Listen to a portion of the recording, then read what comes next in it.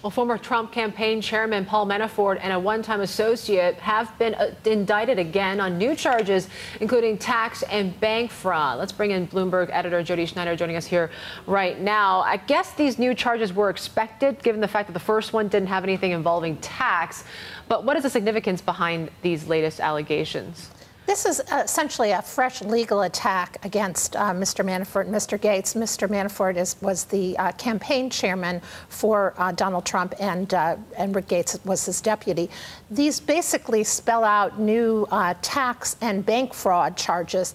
Interestingly, they do not include mention of money laundering or failing to register under the Foreign Registration Act, Act, that were charges that were in the previous indictment.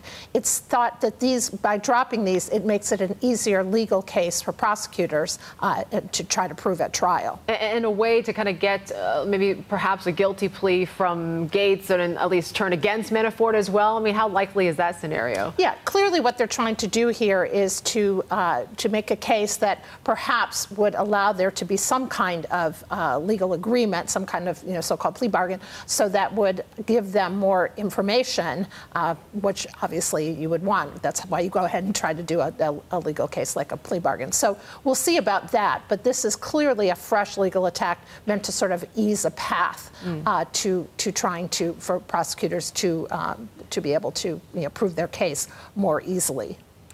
So, Jodi, what could this mean for President Trump? Well, clearly this shows that that Robert Mueller's investigation is continuing.